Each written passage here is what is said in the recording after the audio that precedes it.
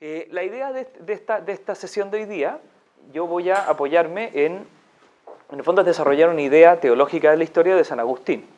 ¿Ya? Cuando uno habla de teología de la historia, lo que se está refiriendo a que respecto del transcurso de los sucesos históricos en el tiempo, del hombre en el tiempo, nunca la historia son sucesos inconexos, sucesión de acontecimientos, sino que toda la historia está conectada. O sea, todos los acontecimientos históricos están conectados. Los de la vida personal de uno y los de la humanidad en su conjunto. Y la teología de la historia nos muestra el sentido teológico, esa idea que viene desde la revelación, que nos ayuda a entender toda la historia. ¿Sí?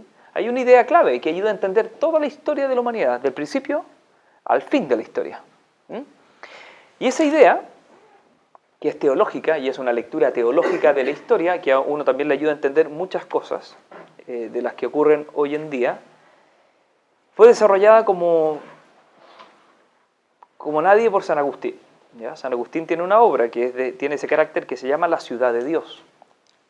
Estoy buscando aquí el capítulo. La ciudad de Dios es como la obra monumental. ¿Ya? Es de esas obras que uno nunca para de leer, y se lee muy poco también, y se aprovecha menos todavía. Pero que es tremenda, de buena, de contenido, todo lo que se aprende, de todo lo que dice San Agustín ahí. Déjenme buscar, aquí está, necesitaba ese texto a la mano. Entonces yo me voy a apoyarme en San Agustín. Es la idea de San Agustín que está en La ciudad de Dios, en el libro 14, capítulo 28, ¿ya?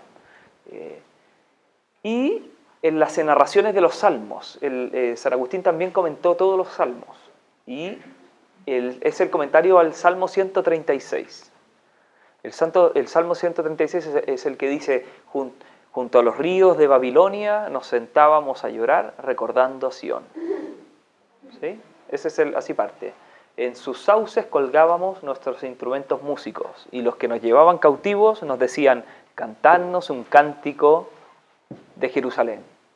Y dice: ¿y cómo cantaré un cántico a Jerusalén en tierra extranjera?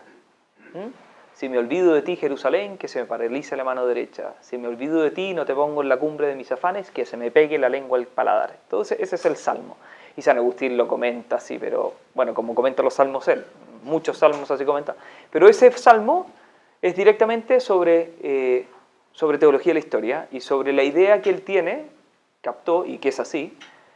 Ustedes saben que es padre de la Iglesia y es el autor más citado en el Catecismo, y así está a la altura de Santo Tomás y San Anselmo. O sea, descuellan por sobre todos los demás, San Gregorio, o sea, los que quieran poner ya están todos.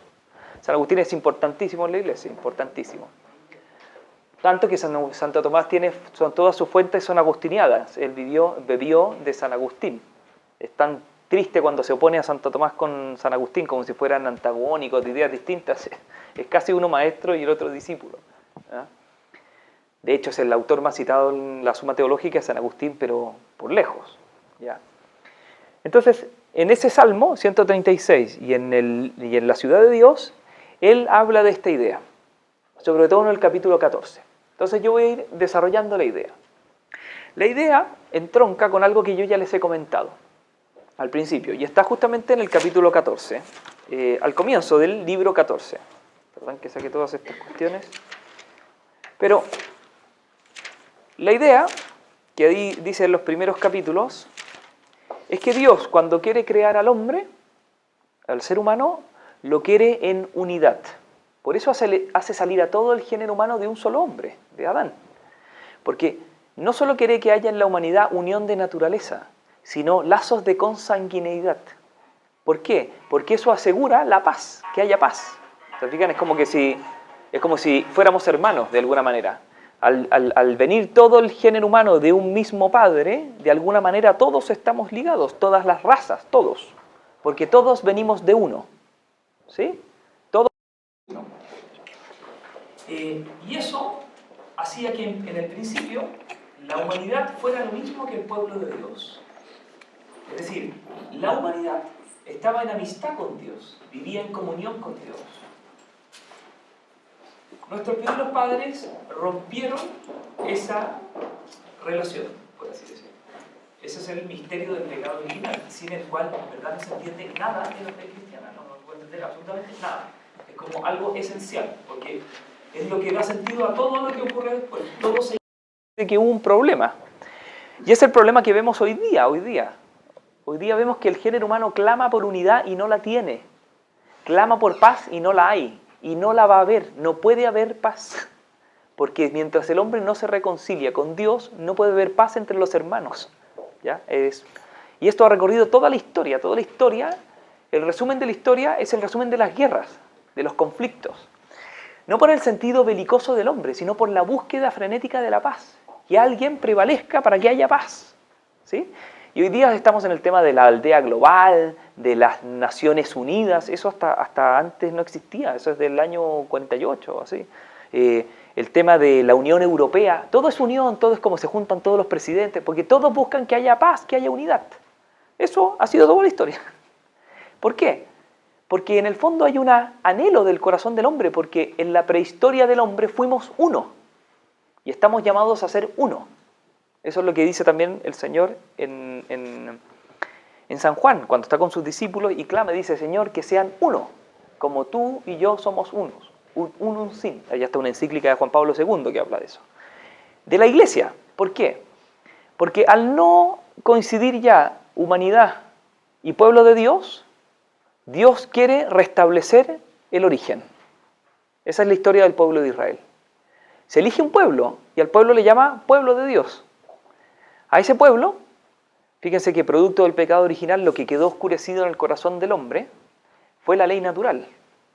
Se presentó una ley sobre la ley natural, la ley de la concupiscencia, la ley del egoísmo. Y los hombres cayeron en esa ley. Lo primero que pasa después de eso es que Adán y Eva se enfrentan, se esconden en uno del otro, no hay confianza, y además entre hermanos se matan. Y aquí empieza el drama. Se elige este pueblo para que en este pueblo, o a este pueblo elegido, a él le revela su ley, pero no es más que recordarle la ley inscrita en su corazón y oscurecida por el pecado. A la ley natural sigue la ley de la concupiscencia, y a la ley de la concupiscencia viene la ley de Moisés, que viene a recordar lo que quedó ofuscado en el corazón del hombre. Al menos este pueblo tiene las normas como básicas para que pueda haber paz. Esos son los 10 mandamientos, que son universales. Están grabados en piedra. Este signo es bien bonito porque el corazón del hombre, al apartarse de Dios, se endurece. Y Dios escribe en la piedra, como diciendo, está como vuelto a escribir en el corazón endurecido del hombre, pero además de eso, escrito en la naturaleza, en piedras, en tablas de piedra. ¿Se fijan? Es la naturaleza, es algo intrínseco del hombre, los 10 mandamientos. 3 referidos a Dios, 7 al prójimo. Ese pueblo, hay que conocer la historia de ese pueblo. Es historia de infidelidades, de traiciones, de promesas, de ir adelante pero abandonar, de desencanto. Pero lo que suena siempre es un Dios que siempre es fiel. Fiel, fiel, fiel, fiel, fiel. De ese pueblo, a ese pueblo se le hacen promesas que son universales. De ese pueblo va a venir la salvación a todas las naciones. Y de ese pueblo va a venir la paz para todo el mundo. Esa es la promesa hecha a Abraham. Perdón, esto lo pone en silencio porque esta persona cuando llama no deja de llamar. Y es de la CISAPRE, persiguen hasta la muerte. Ya, lo voy a dejar ahí. Ya. Sí, no, es como peor que Servicio de Impuesto Interno. Ya. Le hace la promesa y se le promete a un hombre que era adulto, con una señora adulta, que van a tener un hijo y de ahí van a venir un germen que va a bendecir y va a tener hijos como estrellas del cielo, ¿no es cierto? Ya. Después viene la promesa a David del rey y del Mesías. Y a San José, que ese Mesías además es el Hijo de Dios. ¿Sí? Y el Señor viene como brote del pueblo judío a fundar su iglesia. Que la iglesia no es otra cosa que la humanidad reconciliada con Dios. Eso es la iglesia. A la iglesia están llamados todos los hombres pecadores del mundo, todos. Porque todos andábamos errantes como ovejas sin pastor, todos. ¿Sí? La vida se puede vivir de 2 maneras, solo de 2 maneras. Como errantes o como peregrinos. ¿Sí? La iglesia es para constituir un pueblo, a partir del pueblo de Israel.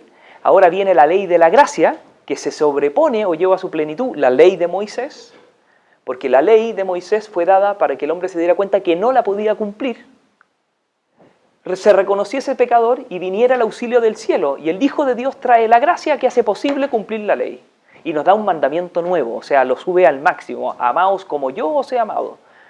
No como ustedes, no amen al prójimo como ustedes mismos, no, ámense ustedes como yo los amé a ustedes. Es aún más. En el fondo, toda la ley se resume en una. Por eso el mismo San Agustín dice: ama y haz lo que quieras. Es una ley. Se malinterpreta mucho eso, porque ¿qué es eso de amar? Bueno, ahí cada uno le pone su rollo, pero si uno pusiera lo que Dios quiere, eso es amar y hacer lo que uno quiera. Por eso, en la historia, solo se desenvuelven dos ciudades. Hay dos ciudades, solo hay dos ciudades. Es la historia de dos ciudades. Eso es la historia universal. Dos ciudades que están mezcladas, pero que son distintos habitantes. ¿Cuál? La ciudad de Dios, la Jerusalén. Jerusalén significa visión de paz. Y Babilonia, que significa confusión. La ciudad de los hombres que han dado vuelta la espalda a Dios, y la ciudad de los hombres que viven en unión con Dios. Eso es toda la historia. Y toda la historia va a que toda Babilonia sea Jerusalén. Después del pecado, todos nacimos en Babilonia, porque todos nacimos, a propósito de nuestros primeros padres, como desvinculados de Dios.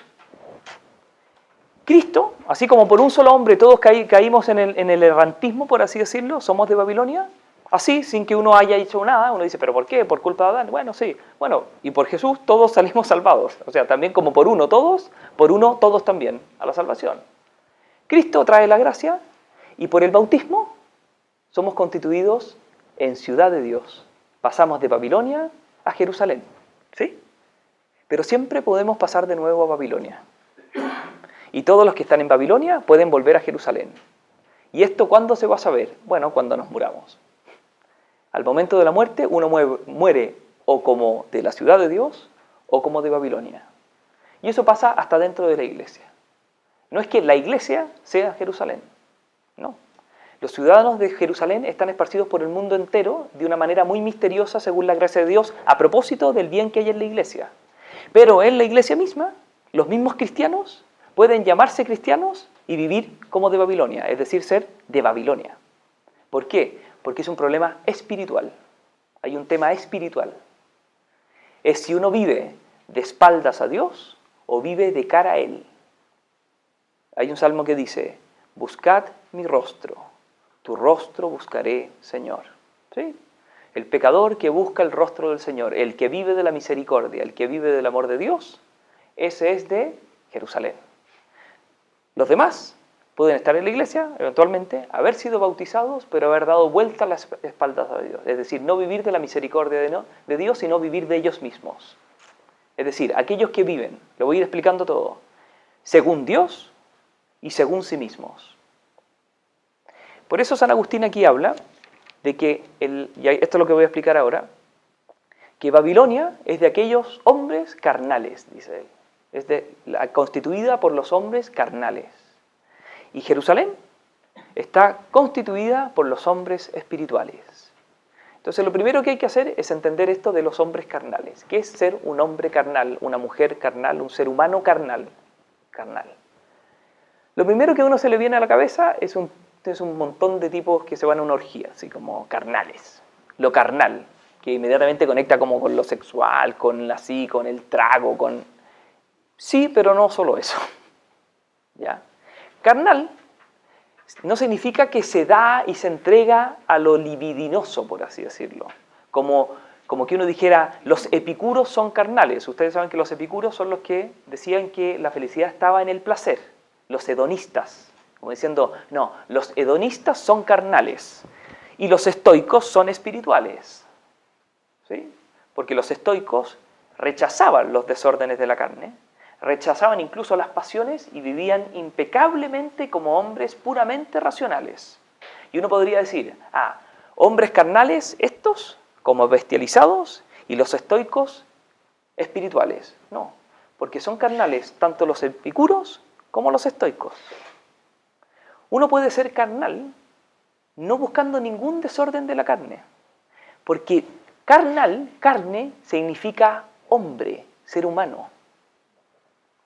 Por la palabra carne, no estamos mencionando la carne del hombre, sino que estamos mencionando al hombre por su carne.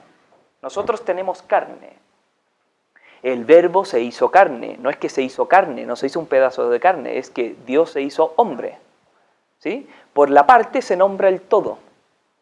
Entonces, primera cosa, uno dice, hombres carnales. Ya uno está pensando los tipos que no paran de comer en un restaurante. No, no son esos los carnales. Pueden haber ahí muchos espirituales. Porque es un problema espiritual, el del hombre carnal. ¿Cuál es el problema espiritual del hombre carnal? Es el hombre que vive como el demonio. ¿Y cómo vive el demonio? ¿El demonio vive con desórdenes carnales? No, no puede, no tiene cuerpo. El demonio no se entrega a desórdenes de lo libidinoso. Ni siquiera puede comer, no puede disfrutar de la bebida alcohólica y tampoco puede andar con mujeres y cuestiones. No, porque no tiene cuerpo. Pero el hombre que tiene un problema profundamente espiritual imita al demonio al vivir carnalmente. ¿Por qué? Porque vivir carnalmente significa imitar al demonio viviendo según uno mismo. Según uno mismo. Eso significa vivir carnalmente. Que la norma de la vida soy yo mismo. No me someto a nada superior a mí. Eso es lo que hizo el demonio. El demonio se aparta de Dios porque no quiere servir. Porque quiere vivir según él mismo, no según el Creador. ¿Se entiende? La criatura es criatura, y lo que le corresponde a la criatura es vivir según el Creador. Es un acto de justicia, vivir según el Creador. El que da vuelta las espaldas a Dios no quiere vivir según Dios, quiere vivir según uno mismo. Eso es ser conocedor de la ciencia del bien y del mal. ¿Se acuerdan? Conoceréis el bien y el mal. Seréis como dioses. Es decir, ustedes serán para ustedes mismos dioses. Tú serás tu propio Dios. ¿Sí? Cuando al hombre le pasa eso, inmediatamente queda persiguiendo cosas que están fuera de él. ¿Sí? Por eso, la ciudad terrena, la Babilonia, que es ciudad terrena, busca también la paz. Pero la busca en la posesión de los bienes terrenos, como si lo definitivo fuese lo terreno, olvidado de Dios y olvidado de vivir según Dios, sino que embelecido o encantado consigo mismo. San Agustín pone un ejemplo muy bueno. Es como si a una mujer, su marido, le regalase un anillo preciosísimo. Y ella, encantada por el anillo, se olvidara del marido. Eso es. Eso es. El hombre, encantado con él mismo, con los dones que Dios mismo nos dio, por ejemplo, nuestra libertad, nos olvidamos de Dios. Y nos olvidamos de vivir según una norma divina, que es la que conecta con la felicidad. Porque no estamos hechos para vivir según nosotros mismos. ¿Por qué? Porque eso es muy poco para nosotros. La criatura racional, lo que la llena es un bien infinito. No puede vivir según él mismo porque él es finito. Nunca encontrará la felicidad. La encuentra cuando se abre al don de Dios. Y eso lo hace viviendo según Dios. ¿Sí? ¿Cuál es la trampa? ¿Qué es la trampa que metió el demonio al principio? Que vivir según Dios es vivir sometido, y vivir sometido es no ser libre. Es decir, si vives según Dios, te vas a perder las cosas buenas de la vida. ¿Sí? Dios te creó para vivir según Él, para que no seas como Él. Esa es la mentira. En ese sentido, el hombre empieza a darle vuelta a las espaldas a Dios. Se olvida de Dios, se encanta con él mismo e inmediatamente empieza a quedar prisionero de los bienes temporales. Bienes temporales, bienes del tiempo, que pueden ser carnales o espirituales. ¿Cuáles son esos bienes? Son de dos tipos. naturales o no naturales. ¿Cuáles son los bienes naturales? ¿Cuáles son los bienes naturales? Comida, bebida y placer venéreo, es decir, lo que compromete la corporeidad. El deleite físico se puede obtener de una manera muy directa, comiendo rico, bebiendo rico y todo el deleite que da el uso de la potencia generativa. Es lo que buscaban los epicuros. El hedonismo, el carpe diem, es como darte la buena vida en ese sentido, los placeres. Sí, pero alguien podría renunciar a ese desorden y quedar atrapado en la búsqueda de bienes temporales no naturales, es decir, no físicos. No físicos. ¿Cómo qué? La riqueza. La riqueza no es un bien físico. Es el más artificial de todos los bienes. No es físico. Las monedas son físicas, pero el dinero es lo que eso significa. ¿Y de qué se apodera? ¿De qué se apodera el dinero? No se apodera del sentido del tacto, como se apodera la comida, como se apodera el vino, como se apodera la sexualidad. Se apodera de la imaginación. ¿Sí? Y es un bien espiritual. Nadie se come las monedas ni los billetes, y no va por ahí. Va a quedar sensación de poder, de seguridad, de satisfacción, de lo que quieran. Y puede ser muy fácil que uno por ese camino se olvide de Dios, porque no lo necesita. Tiene todo asegurado. ¿Qué sentido tiene todo esto? Es casi como un deporte. Pero así como necesidad de Dios, uno podría sentirse como el honor. Hay personas que por su honor, y para no parecer como el resto de los mortales así básicos, se cuida de la comida, se cuida de la bebida, pero vive de su propio honor y vive carnalmente. Eso es vivir carnalmente. No buscando bienes de la carne, busca bienes del espíritu, pero busca bienes del espíritu desconectados de Dios. No de cara a Dios, sino de cara a sí mismo, de cara a su prestigio, de cara a su excelencia. El honor, la riqueza, las alabanzas, el poder, la virtud.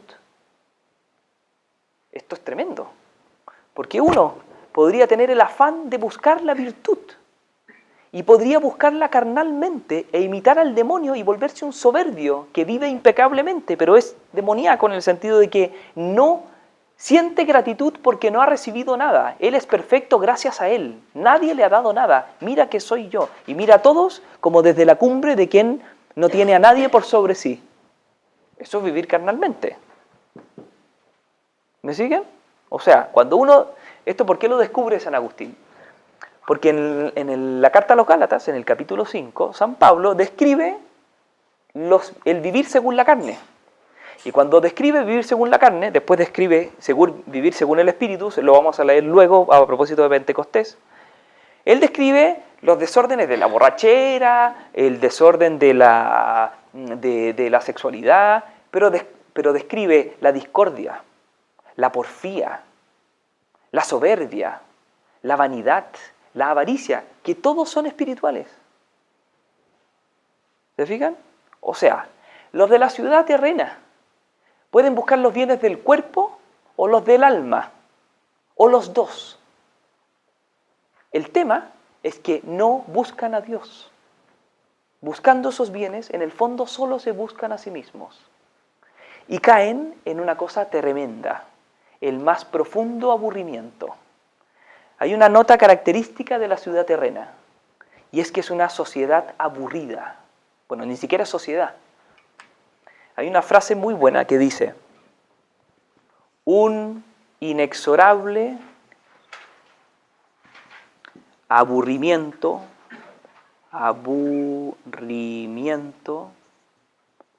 que constituye el fondo de la vida. Cuando uno está en Babilonia le pasa eso, que empieza a padecer un inexorable aburrimiento que constituye el fondo de la vida. ¿Qué es eso? Que se pueden tener todos los bienes temporales, pero ninguno de esos bienes temporales, olvidándose de Dios o refiriéndolos a Dios, da lo único que necesitamos, gozo. No se ve nada, no sé para qué escribo con esto, es como ridículo. Gozo. No da gozo. Entonces, ¿qué ocurre? Que cuando el hombre cae, el hombre, la mujer, el ser humano, cae en ese profundo aburrimiento en Babilonia, lo que hace es que se vuelve frenético en la búsqueda de esos bienes temporales y trata de huir del aburrimiento, huir de sí mismo, pero no se logra. ¿Cómo? Con curiosidad. Se pone la mente a divagar, el hombre se pone, divaga su mente. ¿En qué se ve la divagación? La curiosidad, el deseo de saber lo que no es pertinente, el conocer muchas cosas solo por conocer, el buscar espectáculos, el conocer la vida de los demás para poder fustigarlos y no por darse cuenta que en el fondo los demás son peores y él es mejor.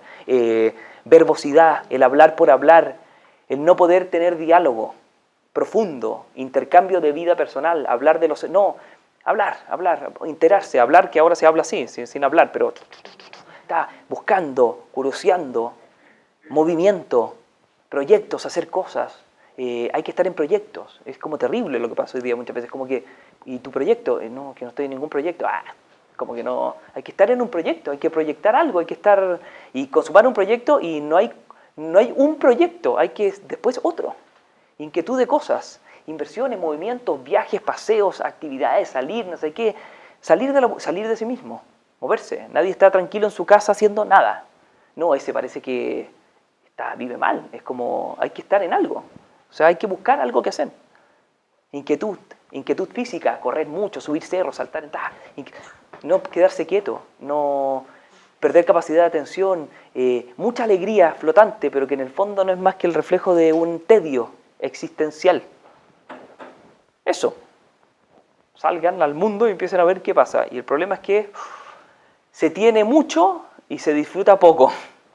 Se vive en el miedo, en la inquietud, en la rivalidad.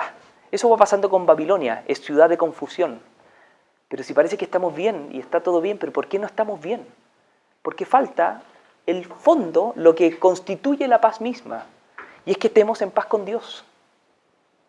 Vivir la vida no de espaldas a Dios, no del olvido a Dios. Ese mundo se llena de confusión. Es lo que pasa con la Torre de Babel, pura confusión. No hay amistad, no hay satisfacción de las cosas. Las personas no se atreven a perder el tiempo. Es como que si estuvieran haciendo algo malo. Y en la vida hay que perder tiempo. Para eso se hizo la vida, en cosas buenas, evidentemente, pero perder tiempo. Viendo los niños, viendo cómo otros hacen cosas, no prevaleciendo uno. O sea, eso es la vida. Pero eso solo se vive bien en Babilonia. En Jerusalén. Los de Jerusalén buscan los mismos bienes que los de Babilonia. Porque no vaya uno a creer que cuando uno ahora es ciudadano de Jerusalén, desprecia el dinero, desprecia el placer, desprecia el honor, desprecia la virtud. No, pero las pone en su lugar para vivir según Dios, no según uno mismo. Porque no vaya a ser que uno diga, no, hay mucha riqueza, estoy en Babilonia. No, el problema de estar en Babilonia es que mi corazón esté puesto ahí y que yo sea arrastrado por ese río de Babilonia. Junto a los ríos de Babilonia nos sentábamos a llorar recordando Sión. Los de Jerusalén se sientan en los ríos de Babilonia, ven lo que pasa en el mundo y lloran.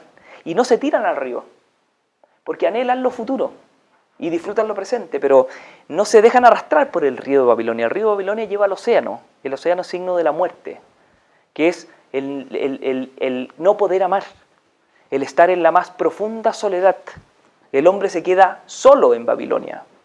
Fíjense que por eso no hay sentido anagógico de Babilonia. ¿Qué es el sentido anagógico? Es que en la Escritura, el sentido anagógico, que es del espiritual, nos dice cómo serán las cosas en lo eterno, en lo definitivo. En lo definitivo ni siquiera hay Babilonia. El infierno no es Babilonia, porque el infierno ni siquiera es ciudad. O sea, es un caos completo. No hay ningún tipo de vinculación, es la más absoluta soledad. No hay Babilonia en el infierno, pero sí hay Jerusalén en el cielo, porque esa sí es ciudad. ¿Se entiende Babilonia? O sea, vivir según el hombre es vivir según la carne, y vivir según la carne no es vivir según los bienes del cuerpo, es vivir según uno mismo. El núcleo de este tipo de vida es lo que está en el corazón, en el fondo de este aburrimiento que constituye la vida, el anhelo, la búsqueda incesante de abundancia de bienes y vivir según uno mismo. Es decir, no obedecer, no oír, prevalecer, encumbrarse, brillar para lucir. Por eso la raíz de Babilonia es la soberbia. La soberbia. Esta Babilonia no está enfrentada a Jerusalén. En principio, Babilonia tiene que transformarse en Jerusalén. El sentido del cristiano es que conquiste a los de Babilonia para que pasen a Jerusalén. ¿Sí? Porque solo Babilonia va a encontrar la paz cuando se transforme en Jerusalén. Porque la paz es un don que da Dios. El corazón de la paz es la paz del corazón, y el corazón no está en paz si en el fondo de la vida está constituido por un aburrimiento, que es lo propio del hombre que da la vuelta a la espalda a Dios. Esta frase es así: ese inexorable aburrimiento que constituye el fondo de la vida del hombre que ha dado vuelta la espalda a Dios. Queda preso de la asedia, que se llama. Todo esto que yo he descrito aquí es la asedia. Mucha actividad, pereza activa. Mucha actividad, pero no hay tiempo para lo divino, no hay tiempo para el bien, no hay tiempo de corregirse, no hay tiempo para enmendar, no hay tiempo de pedir perdón, no hay tiempo de crecer, de desarrollarse, de progresar, de crecer, de prevalecer, de conquistar, de una cuestión. Por eso la contraparte de la divagación de la mente es que es el signo de una desesperación muy profunda del bien divino. Por eso el que divaga con su mente generalmente le tiene rencor a las personas que viven de una manera distinta, o rencor a los que le impugnan en su vida y le dicen que busque otras cosas. Les produce rencor, amargura. Encuentran que eso es malo, que eso no beneficia, que eso no trae ni un bien, porque están desesperados, se desesperaron. Pasaron de la desesperación a la pusilanimidad, de la pusilanimidad a la indolencia de los preceptos, con somnolencia por hacer el bien, con ociosidad de hacer el bien, y así se fue instalando una especie de como de veneno interior, que al final hace que el hombre se ponga en una profunda tristeza y no le quede más que salir a divagar, a volverse un errante, porque no puede estar en paz con él mismo, porque desesperó del bien divino que hay en él, se volvió un ingrato, y esto pasa por la envidia. Uno no valora el bien interior que tiene, no lo soporta, porque no está satisfecho con él, porque por la vanidad generalmente envidia el bien que tienen otros, y termina enojado con Dios y la vida porque no le dio y le hizo padecer lo que padeció, y se aleja de Dios por desesperación. Babilonia está llena de desesperación. ¿Desesperación de qué? De Dios, de lo bueno, de lo bello. Desesperó y se enfangó en la búsqueda frenética de bienes que no terminan de llenarla.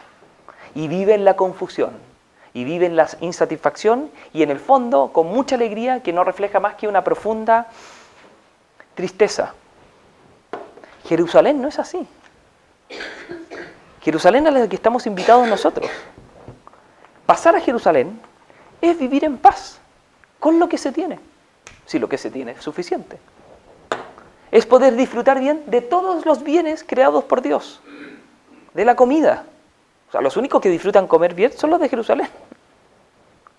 Beber, el placer venéreo, la riqueza, los honores, el conocimiento, la cultura, las alabanzas, la virtud, todo. Porque en Jerusalén todo está ordenado desde el principio. Y el principio es el Creador. No es la criatura. Como Jerusalén tiene conciencia que el principio del bien no es la criatura, sino el Creador, vive de la gratitud. Y como vive de la gratitud, vive de la confianza. Y como vive de la confianza, tiene concordia. Y como hay concordia, hay paz. Porque ¿qué es la paz? La paz es la tranquilidad en el orden. Solo hay paz cuando hay... La paz es la consecuencia de la tranquilidad en el orden, del sosiego en el orden de las cosas. Babilonia es confusión, hay desorden de las cosas. Está primero lo que debería estar segundo, y no está primero lo que primero debería estar. Hay confusión, no va a haber paz. No va a poder haber paz si los hombres no vuelven a Dios. No va a poder haber, no va a haber ningún sistema. Se va a imponer la paz, pero por coacción, porque en el fondo nos van a tener hipervigilados, si ustedes quieren, pero no por algo que brote de la concordia que reina en el corazón de los hombres, que de alguna manera se sienten todos entre ellos hermanos. Y los superiores al servicio de los inferiores, y los más fuertes al servicio de los débiles. Esa lógica es la lógica de Jerusalén. Es la lógica de Jerusalén. Por eso vive en paz, porque están las cosas iguales y distintas, cada una en su lugar, y viven en la concordia. ¿Por qué terminan enfrentándose? Porque Jerusalén no se enfrenta a Babilonia, no está enfrentada. Invita a Babilonia a pasar a Jerusalén. Pero en la historia siempre pasa lo mismo. Y es que cuando Babilonia impone a Jerusalén cosas que van contra Dios, Jerusalén no cumple. Y cuando no cumplen, los matan. Y esto es lo que pasa siempre. Siempre hay un poder político que termina persiguiendo. Porque está imponiendo lo mismo que Nabucodonosor a los jóvenes israelitas, lo mismo. Y los mártires empiezan a pasar así. Los mártires no quieren pelear con nadie, pero no van a hacer algo que va contra la ley de Dios, porque ellos viven según el Creador, no según la criatura. Y ellos tienen su esperanza puesta no en este mundo, sino en el futuro. Viven de la eternidad. Pero fíjense, la eternidad no los hace despreciar este mundo, que es lo que típico que se invoca en contra de los que viven en Jerusalén. Todas las persecuciones a todos los cristianos se les ha acusado, ¿saben de qué? De odio a la humanidad. Y esto va a volver a pasar. Se les acusa de odiar a la humanidad. Porque no quieren vivir como nosotros. Como no quieren vivir para nosotros, nos quieren decir que nosotros estamos viviendo mal. Y se cumple lo que, como parte del libro de la sabiduría, nos fastidia el que vive bien, porque con su sola conducta nos muestra que nosotros estamos mal. Pongámoslo a prueba, veamos, probémoslo, y lo llevan a la muerte. Entonces, en la historia pasa siempre lo mismo, que termina Jerusalén ofreciéndose como sacrificio a Babilonia, porque vive de lo eterno, vive con sentido de eternidad, vive proyectada al cielo, vive conectada a la Jerusalén celestial, vive del Espíritu. Ahora que viene Pentecostés hay que darle vuelta a esto, vive del Espíritu, vive de una amistad interna en el fondo de su corazón que no está dispuesta a romper ni por el bien del cuerpo, porque hay algo más perfecto que la vida corporal, la vida espiritual. Vale más la vida del alma que la vida del cuerpo, si es así. Pero Babilonia no valora más la vida del cuerpo que la vida del alma. Y se olvida de los bienes del alma, y cuando se olvida de los bienes del alma, queda dependiente, atrapada de los bienes del cuerpo. Pero Babilonia, fíjense, no es mala. Lo que busca Babilonia, y Babilonia es lo más perfecto sobre la faz del planeta. Babilonia no es mala. ¿Cómo decirlo? No es que está constituida por hombres, seres humanos que están desordenados, pero aspiran a algo bueno. A lo que aspira Babilonia es a la paz social. Pero la paz social no se logra nunca a costa de pasar a llevar los mandamientos de Dios. ¿Se fijan? Porque lo que quiere Babilonia es tener paz social para que cada uno pueda dedicarse en paz a sus propios desórdenes, que cada uno haga lo que quiera. Y paz, y progreso. Pero Jerusalén no está dispuesto a que eso se haga a costa, no sé, de la dignidad humana. A costa de pasar a llevar los mandamientos de Dios, como no matar.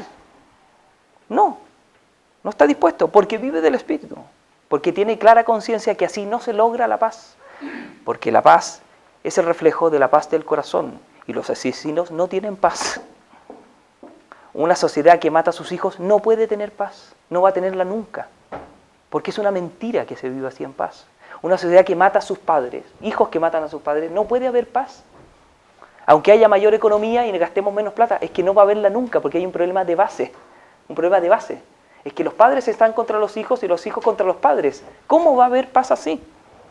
Jerusalén entiende eso y no tranza la paz social por la verdad del Espíritu. Y por eso generalmente van al patíbulo, a la cárcel, siempre pasa más o menos lo mismo. Pero no hay que pensar que Babilonia busca algo malo, busca algo bueno. De hecho, Babilonia, la ciudad de los hombres, es lo que Dios quiere. Pero no como Babilonia, quiere la ciudad de los hombres, que los hombres vivamos en sociedad en paz, felices, contentos, que haya progreso, que haya cultura, que avance la tecnología, pero no dando vuelta las espaldas a Dios. Porque si damos vuelta las espaldas a Dios, no es que ofenda solo a Dios, sino que así los hombres se vuelven la espalda entre unos y otros. Se trastoca todo el orden, toda la comunión. O sea, para que haya paz, todos los miembros de esa comunidad tienen que buscar el mismo fin. ¿Se fijan? Si no buscan el mismo fin extrínseco, no pueden ordenarse entre ellos. Porque tienen que aspirar al mismo fin. Si el mismo fin es la voluntad de Dios, todos nos vamos a ordenar y cada uno va a encontrar su lugar. Pero si el fin de unos es la riqueza a toda costa, el fin de otros es el placer a toda costa, si el fin del otro es la virtud para ennoblecerse a sí mismo, si el fin del otro es ser el número uno de no sé qué, y todos olvidados de Dios, no hay quien ordene esto. Porque todo esto se ordena desde la conciencia. Tener a Dios como testigo de la conciencia es que Dios se meta en el corazón del hombre y ponga una luz que permita que la vida de cada hombre se ilumine desde Dios, y ahí va a haber paz. Porque si la norma es él mismo, la norma es su propio egoísmo. Es él mismo. Va a pasar a llevar a alguien, a sí mismo y a otros. No queda como otra posibilidad. Leamos el texto de San Agustín, que es el clásico que deben haber oído más de una vez. Y que lo resume, pero perfectamente bien. Este es, en el libro 14, el capítulo 28. Les recomiendo leer todo ese libro. Ese libro no es este libro ya, sino que este libro tiene del libro 14 al libro 22. Libros se llaman como los capítulos que hacía San Agustín, ¿ya? El libro 14 es como un capítulo. En el número 28, que ya lo perdí, pero aquí lo busco, dice este texto que vale la pena pensarlo mucho. Voy a leer eso y quizás leo algo del Salmo. Libro 15. Mira.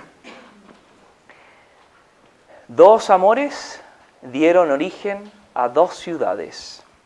El amor a sí mismo hasta el desprecio de Dios, la terrena. El amor a Dios hasta el desprecio de sí, la celeste. Primera cosa que hay que entender. Todo esto se ordena desde el amor. La terrena se olvida de Dios por el amor desordenado a sí mismo. Ese es el amor a sí mismo hasta el desprecio de Dios. Es decir, me amo tanto a mí mismo, quiero vivir tan según mí mismo y mi egoísmo que no estoy dispuesto a enmendarme ni a cumplir ningún solo mandamiento. Y eso me lleva al desprecio de Dios. Pero la celeste vive del amor a Dios hasta el desprecio de sí. Los de la ciudad celeste se desprecian a sí mismos y son unos tipos que tienen baja autoestima y desprecian la humanidad. No, vive del amor a Dios. Y el amor a Dios le hace despreciar lo desordenado que hay en él. Por eso puede cambiar. ¿Se entiende?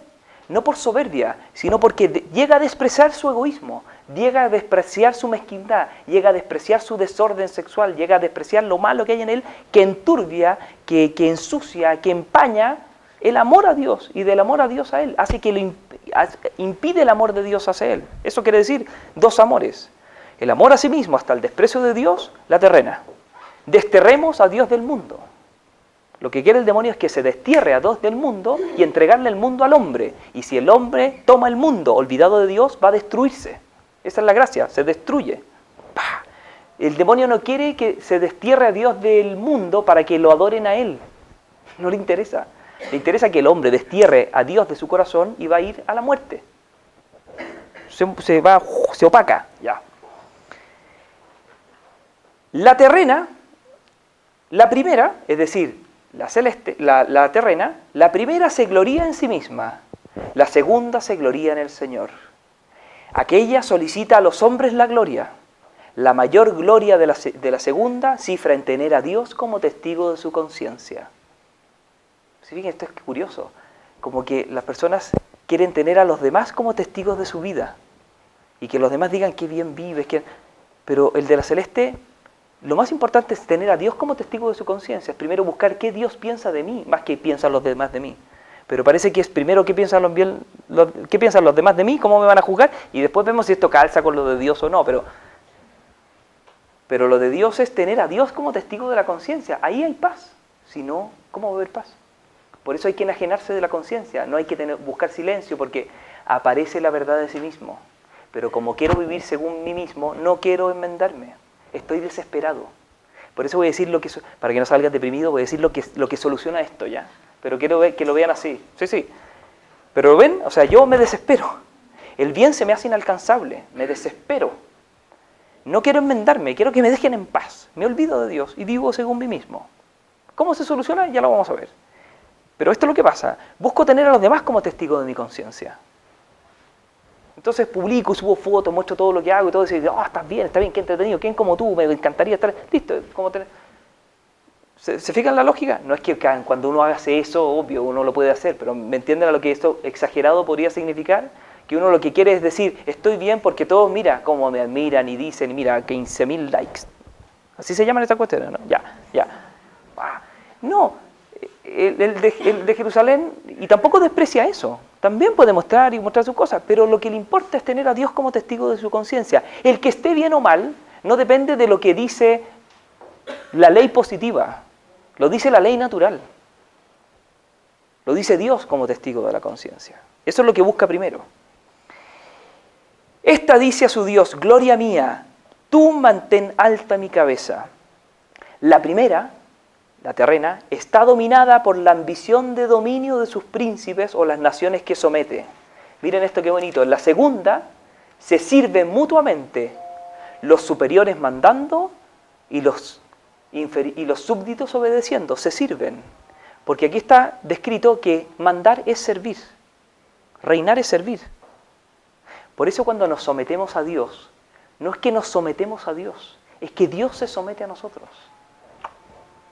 Cuando vivimos cerca de Dios, Dios nos sirve. Estar cerca de Dios y servir a Dios no es más que dejarse querer por Dios. ¿Qué es lo que el demonio quería mostrarnos? Nos cambió. Porque dice, tú estás sometido a Dios, vas a tener que hacer lo que Dios manda. Pero hacer lo que Dios manda, en estricto rigor, se trata de que uno deje que Dios pueda a uno servirle, arreglarle la vida, hacerle las cosas fáciles. Venid a mí, todos los que estáis cansados y agobiados, que yo os aliviaré.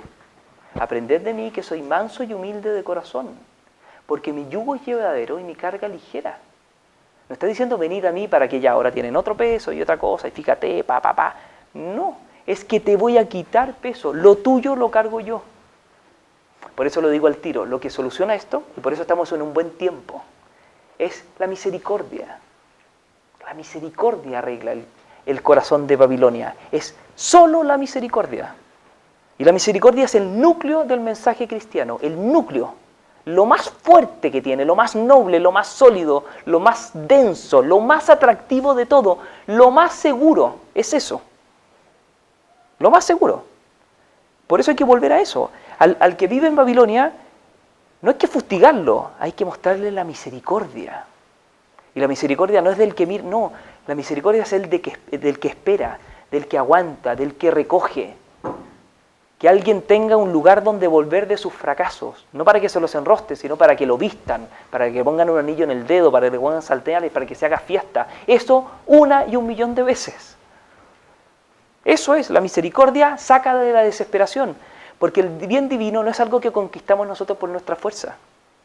Es algo que conquistamos cuando nos damos cuenta que no lo tenemos, que lo necesitamos y que no podemos alcanzarlo. Así nos dejamos mojar. ¿Se fijan? Y nos llevan donde no podíamos. Y eso es descansar. Eso es como estar aliviado, porque no es mi conquista. Es primero la fe, luego las obras. Primero la fe, que es confianza, fiarse. luego las obras. Pero no son las obras las que causan la fe. Las obras demuestran que uno tiene fe, pero no la causan. Primero es la fe, primero es fiarse.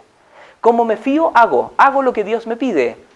Y triunfo no porque hice lo que Dios me pide, sino que no porque finalmente lo hice, sino que lo hice y ese hacer lleva a madurez mi fe. Lleva a madurez mi fe, pero yo me confío en Dios más que en mí. Babilonia confía en Él y no confía en la misericordia, hay que mostrarle la misericordia. Miren cómo sigue. Por eso, aquí voy a hablar de los sabios de Babilonia, en los que uno está metido muchas veces. Uno, siendo uno de Babilonia. Cuando uno peca y pierde la gracia, se vuelve de Babilonia al tiro. Y tiene que confesarse, y vuelve a Jerusalén. Bueno, y ahí nos las pasamos. Ojalá que al final de muerto nos pillen en Jerusalén. Eso. En la iglesia pasa eso. En la iglesia, aquí tenemos Babilonia y Jerusalén. ¿Quién sabe de qué ciudad es cada uno? Solo Dios lo sabe. Y quizás uno, si tiene una buena conciencia.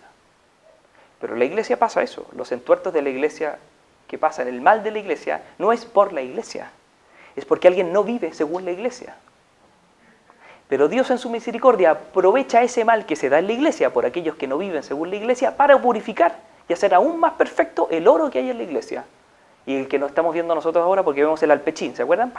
Pero va a empezar a salir el aceite y va a quedar el oro purificado. Por eso en esta época de la historia van a haber unos santos impresionantemente grandes. Y los van a conocer en 500 años más, se va a hablar de ellos. No sé si lleguemos a 500 ya, pero sí, sería como muy optimista. No, esto luego tiene que recapitularse y empezar así como a... Pero, ¿se entiende? O sea, grandes santos. Miren, por eso los sabios de aquella, viviendo según el hombre, según sí mismos, buscaron los bienes del cuerpo o los del alma, o los dos. Y pudiendo conocer a Dios, no lo honraron ni le dieron gracias como a Dios, sino que se desvanecieron en sus pensamientos y su necio corazón se entenebreció. Pretendiendo ser sabios, se hicieron unos necios. Exaltándose en su sabiduría por la soberbia que los dominaba, resultaron necios que cambiaron la gloria del Dios invisible por imágenes de hombres mortales, de pájaros, de cuadrúpedos, de reptiles, de lo que quieran. Pero es la idolatría, es cambiar a Dios y poner en lugar de Dios otra cosa. Dinero, honores, yo mismo, lo que quieran. Se saca a Dios, se pone otra cosa. Y el hombre decae. Veneraron a la criatura más que al Creador. En la segunda, en cambio, y esto que es bonito, en la segunda, en cambio, no hay otra sabiduría en el hombre que una vida religiosa. Miren qué bonito esto. Religión significa religar, volver a unir.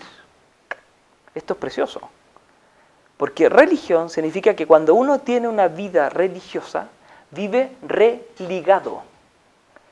Vive revinculado. Eso es una vida religiosa.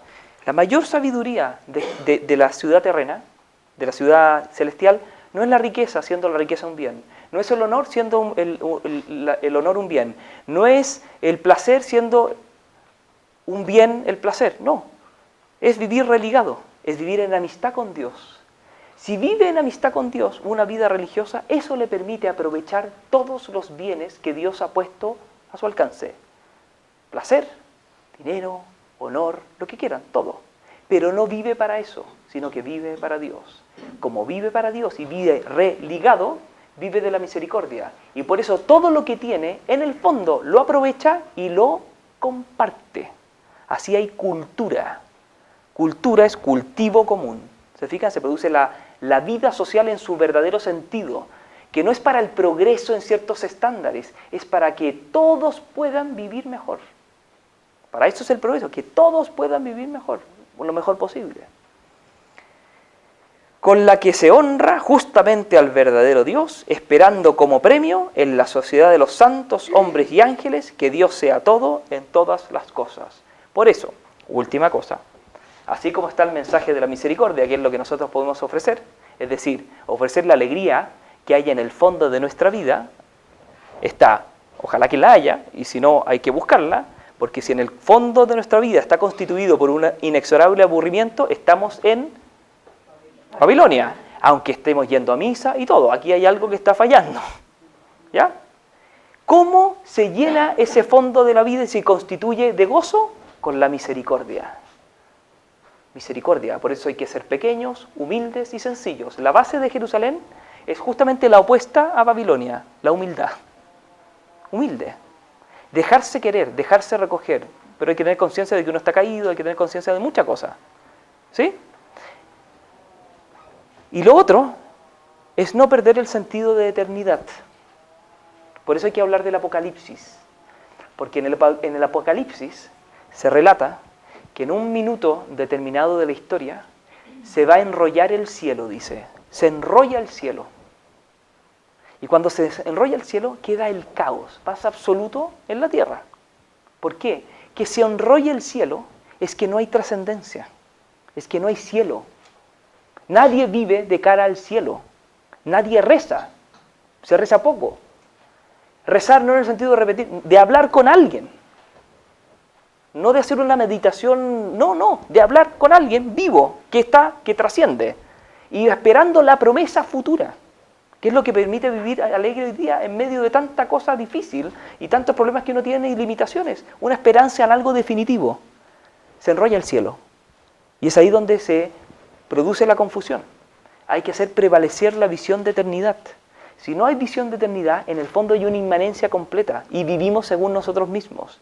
Y la religión no pasa a ser más que una cosa más de aquellas cosas que manejamos a nuestro antojo. Y no estamos en el fondo religados. ¿Se entiende? Eso es lo que hay que hacer. Hay que volver, y por eso hay que volver al núcleo. Es lo que ha dicho el Papa de toda la manera ya posible. Hay que volver al núcleo. Todo lo bueno que hay, todo, se desequilibra si el núcleo no está. Hay que revitalizar el núcleo del Evangelio, que es la misericordia de Dios, la ternura de Dios por el hombre. Eso hace que desaparezca el temor y la desesperación del hombre de cara a Dios. Por eso hay que presentar el rostro de un Dios misericordioso.